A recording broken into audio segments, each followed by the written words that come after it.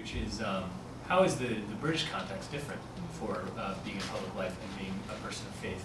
Because I know that people, when people heard that you were taking this project on after leaving office, there was a surprise that all of a sudden Tony Blair's a man of faith. But you said, originally, oh, I've always been man of faith, but it was sort of there was some element that maybe you were, chose your timing wisely. So just curious what that experience is like. Well, first of all, next seminar I think we'll have the wife. She seems a saintly person. True.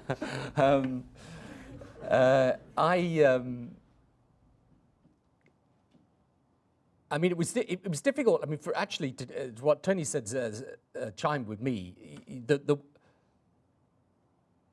There is a sense in which people can use God in a political debate that really, if you actually are someone of faith, really makes you uncomfortable.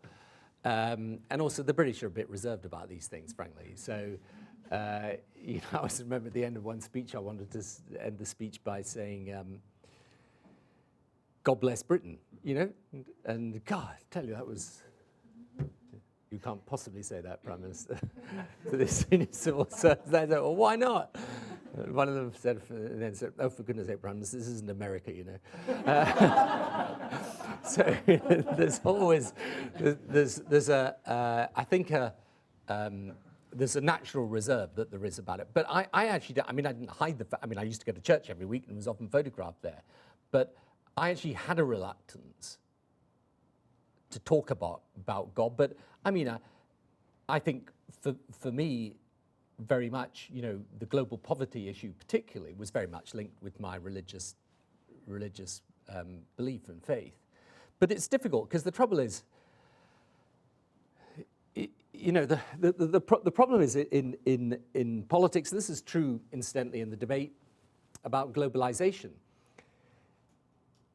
and it's where sometimes there is an impatience from political people with religious people, because actually the decisions can be difficult, and sometimes religious people can be on the side of, if you only cared more, then it would be a lot easier. And if you're a political leader and you're in the situation taking decisions, you're saying, oh, yeah, I care, but it's this way or that way, so which way do I go?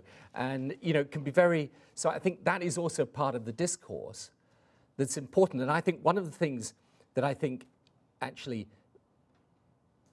faith can challenge political leadership, but also an engagement between faith and political leadership also allows that to be a bit of a two-way process.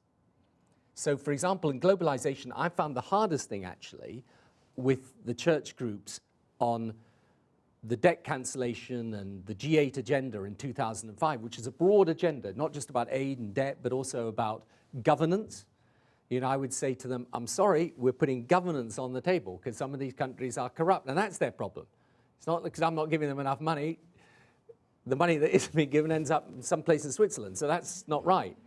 Or alternatively, and more difficult in a way, you would have a fierce debate about free trade, because there were elements within the global poverty movement that said free trade is a snare and delusion for the poor, it actually increases poverty. And I would say, well, hang on a minute, that is a technical and political and economic question, and we've got to debate that.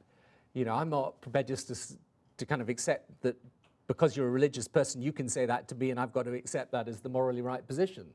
So I think, there's that as well that interacts with all this. But I agree with Tony in the sense that I think it would be really tragic if the faith part got squeezed out of public life, in the sense that people actually felt embarrassed about their faith.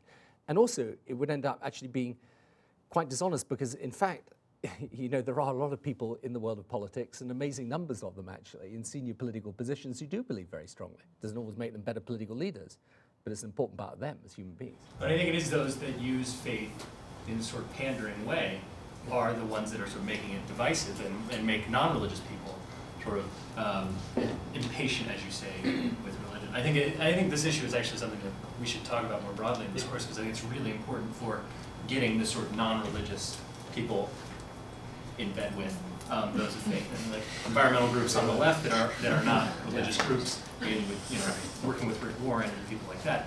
You know, how do you get there more broadly is a really interesting question, an important question.